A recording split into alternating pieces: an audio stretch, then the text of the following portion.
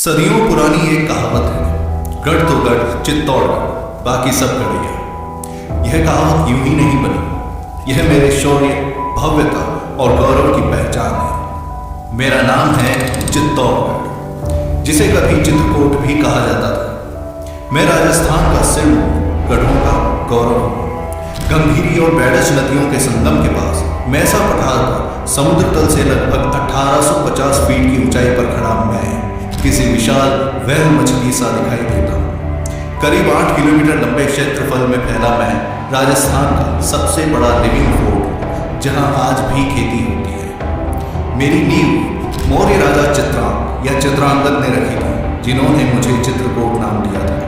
उसके बाद 734 ईस्वी में बप्पा रावल ने तत्कालीन शासक मानमोरी को हराकर मुझ पर अधिकार किया।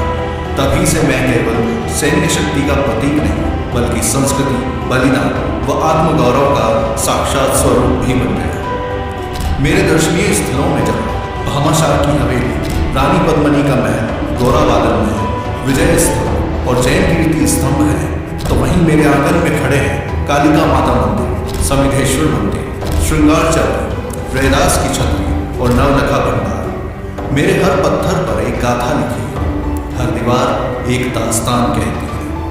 प्रवेश द्वारों की बात करें तो पाड़नपुर, भैरवपुर, हनुमानपुर, गणेशपुर, जोड़लापुर, लक्ष्मणपुर और रामपुर, जो मेरी दहली पर कदम रखने वाले हर शख्स को दैवीय कृपा व सुरक्षा का अनुभव करवाते हैं। पाड़नपुर मेरे लिए उन वीरों का स्मृति चिन्ह है, जिन्होंने अलाउद्दीन खिलजी से लड़ते हुए यहाँ बलिदान दिया था। जोड़लापुर, जिसने मुझे भीतर से जोड़ा, मेरे हिस्सों को संगठित रखा। इतिहास के दौर में मैंने 3 बड़े साके देखे हैं।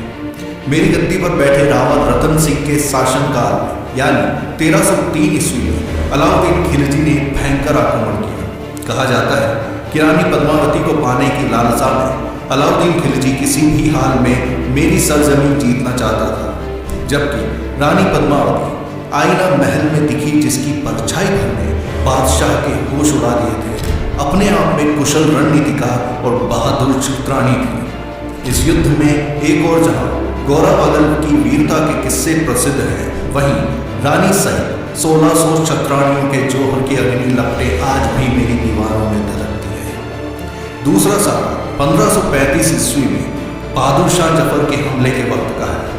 यह रानी कर्मावती के जौहर और रावत बाघ सिंह के बलिदान की कहानी बयां करता है। मुझे आज भी याद है जब रानी कर्मावती ने हुमायूं को राखी भेजकर मदद की गुहार लगाई थी, मगर अफसोस तब तक बहुत देर हो चुकी थी।